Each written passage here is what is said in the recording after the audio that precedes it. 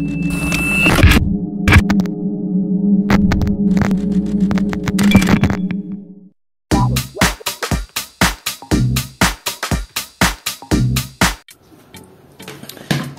xin chào tất cả các bạn đã quay trở lại với kênh của Văn Hóng Lazada.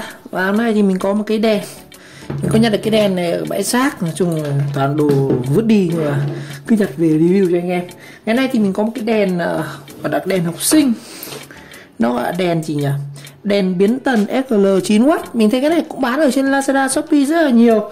Và hôm nay thì mình sẽ review một cái đèn mà người ta đã vứt đi xem như thế nào nhé. Ok.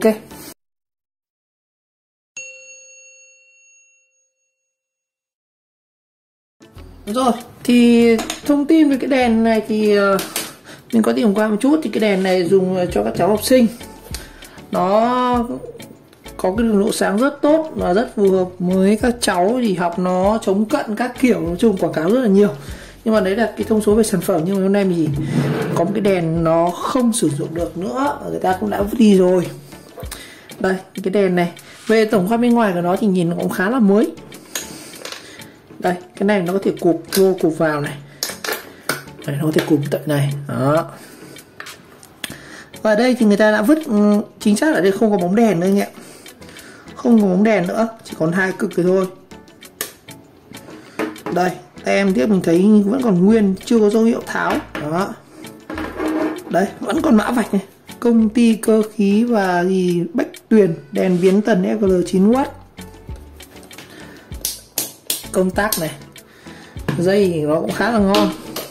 Thực sự nếu mà cái đèn này không sửa được thì mình lấy được cái đoạn dây này, công tắc và cái trục này khá là tốt, chế gì thì cũng ngon phết. Cái đèn này thì bán ở trên Shopee hay là Lazada hay Tiki nó phải rơi tầm khoảng 150. Có shop bán 190 nhưng mình cứ tầm ước lượng tầm khoảng 150, 160 gì đấy. Rồi, trước hết là mình sẽ cắm điện thử đã nhá. Cái này thực ra nếu mình về nguyên lý thì sửa cái này nó cũng khá là dễ. Đứt bóng chúng ta thấy bóng có gì đâu. Thực ra những cái đèn này thì nó cũng ít hỏng lắm anh ạ. Cháy bóng cháy mạch thôi. Đây nó có 4 lốc đây này anh em. Không biết là người ta đã tháo ra chưa nữa. Mà chắc là mình nghĩ rằng chắc không phải là tháo đâu. Mọi người họ thấy dùng thay bóng không được họ vứt đi luôn mà. Ở Việt Nam bây giờ thì nó có mấy cái của thế này ạ. Mình bóc hết cái này nhá. Nó có mấy cái miếng bịt ở đây này. Đấy. Có mấy cái đệm.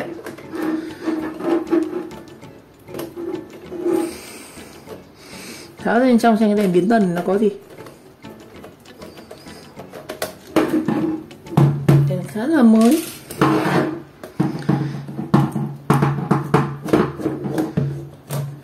Thực ra nếu không dùng mà mình không dùng cái đèn con này chắc là dùng bóng đèn compact hay sao á, thì mình có thể chuyển sang dùng đèn LED.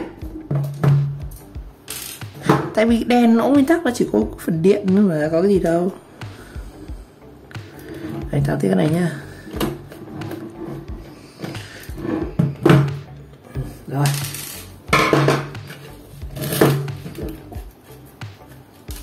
Trong méo gì đấy. Trong tàn cỡ. Cái này như là bê tông anh em ạ. Người ta cho bê tông ở đây cho nó nặng phần đế nhá. Mình đoán là vậy. Để cho cái đèn nó không bị kiểu bổ ấy thì người ta cho thêm cái phần bê tông này. Kinh quá. Tại vì giảm giá thành, còn nếu mà muốn nặng phải đúc bằng gang, nhưng mà cái này giá rẻ đúc bằng bê tông. Tán gạch, ngoại cứt. Rồi bên trong chúng ta sẽ có là một phần có một cái bo mạch ở đây. Bên trong chúng ta sẽ có một cái bo mạch như này. Đây. Mạch này thì mình cũng không biết là nó mạch gì, có khả năng là mạch chuyển từ 220 thành điện có thể 5V hoặc là 12V gì đấy. Mình sẽ tháo cái mạch này xem nhé. Cái này bắt có 2 ốc rồi anh ạ.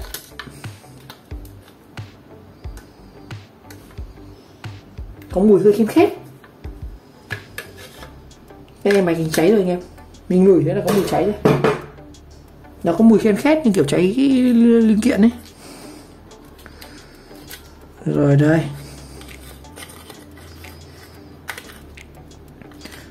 Đây, có một cái bo.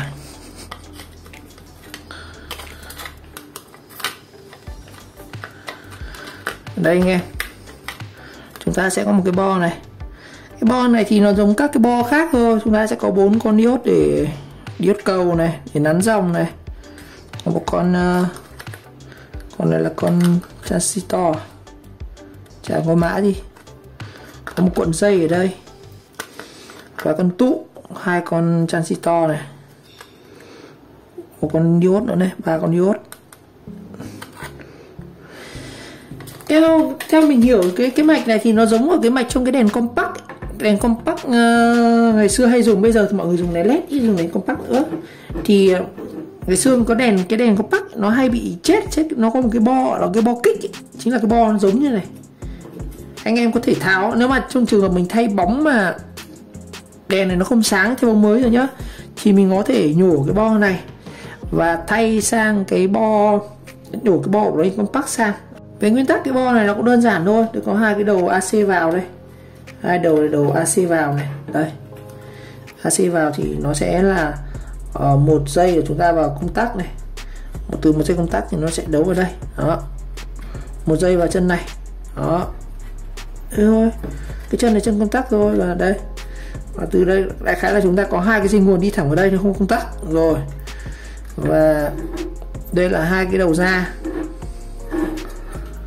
2 đầu ra nó, và 2 đầu ra đi lên cái dây này, 2 cực. Đây mình sẽ tháo thử luôn.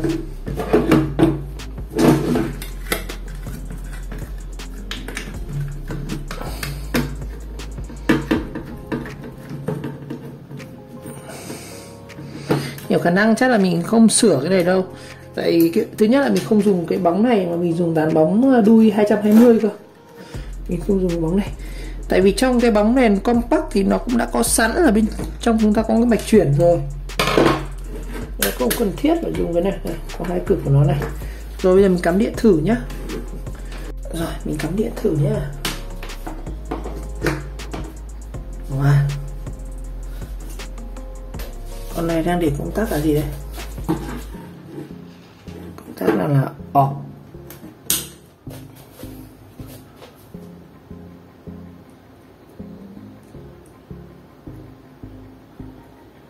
Không có điện anh ạ.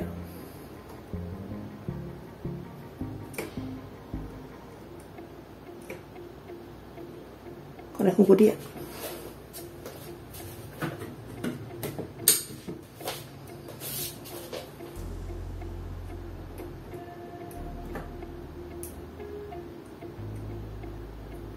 Thì sẽ đo thử luôn bằng đồng hồ này nhá.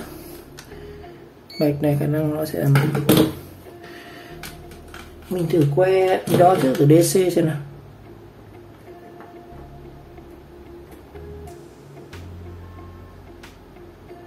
Không, mạch cái chập rồi. Để AC thì nhảy kim 34 này. Mạch cái chập rồi anh em.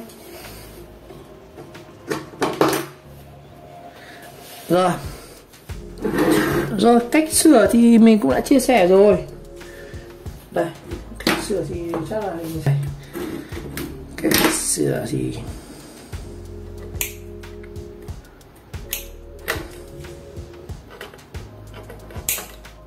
đây. Anh em có thể lấy cái bo này từ trong cái bóng này compact nhá. Ở đây thì mình sẽ dùng luôn cái đèn này, mình sẽ chế sang là dùng cái đèn đuôi này anh em, dùng luôn cái đuôi này cho vách. Rồi bây giờ mình sẽ đi lại dây rồi. Mình có thể chế thành đèn 220 thường.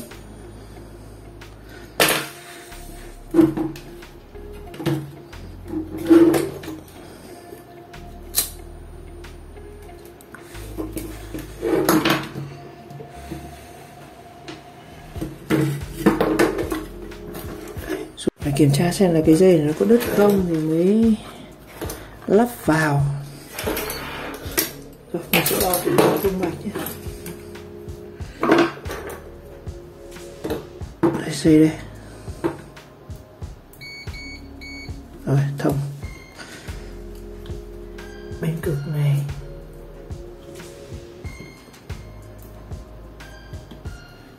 đây đây không?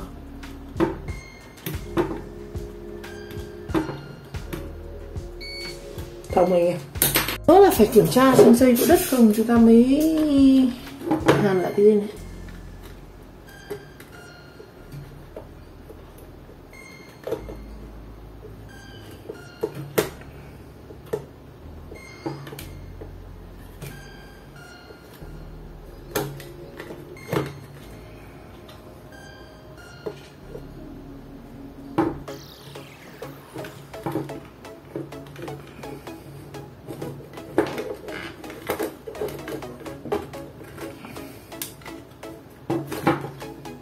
Mình sẽ đánh là hàn luôn nhé. Đây là cái nhựa rung lỏng trước mình có làm đấy. Nhỏ nhỏ in nhựa đây, hàn nó dễ.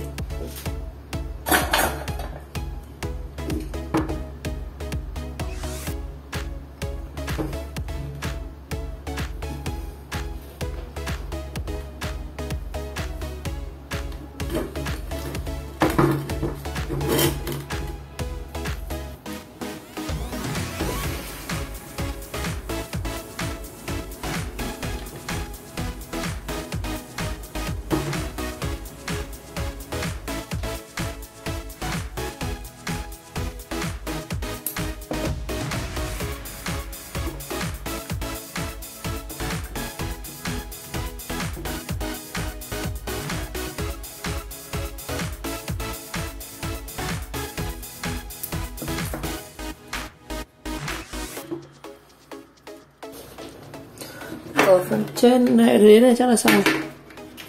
Dưới này chắc chả phải làm gì đấy anh ạ. Chỉ có mỗi cái phần mạch thì mình bỏ rồi, mình đấu thẳng dây điện mà.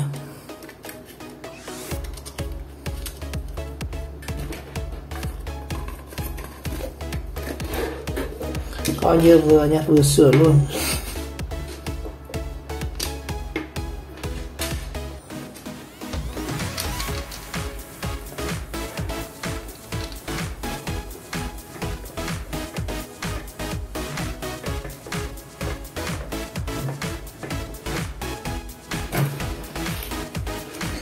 Ở phần trên này thì xem nào, nhiều khả năng là mình sẽ là mình xem cái phần đuôi là sẽ đấu cái gì nhé.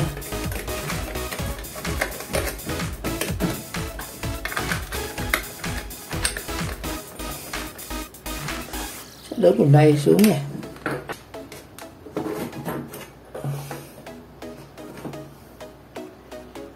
Chỗ này nó bọc mỗi đầu co có gì đâu. Dây nó hơi ngắn, nó quyết định mình sẽ đấu thêm một đoạn ngoài. Đây, mình cứ để cái đoạn này.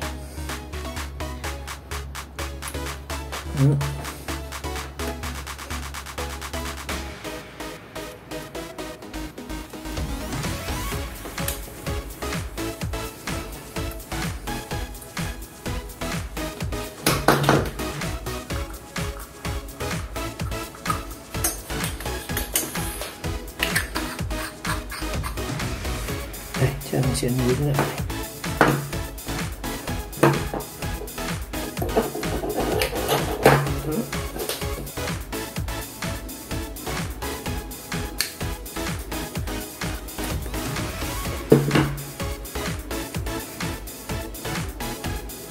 Rồi, mình sẽ nối cái dây này với cái dây này.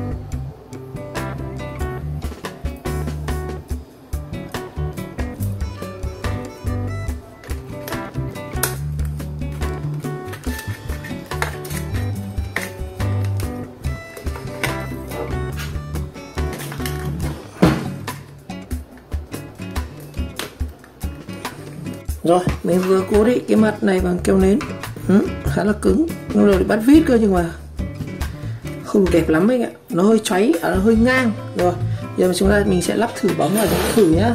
Rồi mình dùng một cái bóng led của Yến Quân, đây chưa có mua trên Shopee.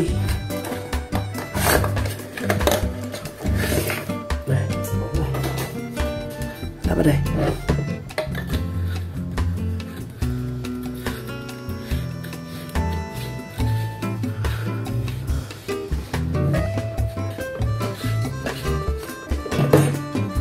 Rồi, cắm điện thử nhé.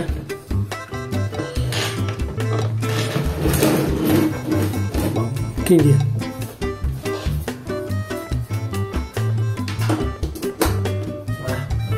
Sáng rồi.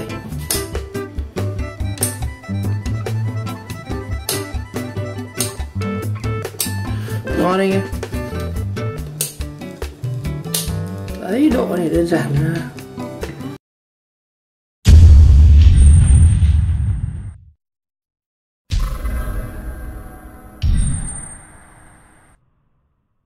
Rồi như vậy trong video ngày nay thì mình đã có một cái video chúng ta cùng khám phá bên trong cái đèn biến tần FGL 9W, cũng như là thử độ cái đèn 220 vào.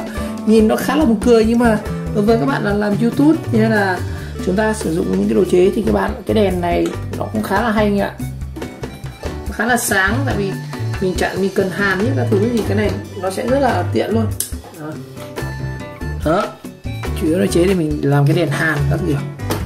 Rồi một lần nữa cảm ơn các bạn đã theo dõi video clip, và nếu thấy video hay mình nhớ các bạn nhớ like, subscribe của kênh và chờ đón các video tiếp theo.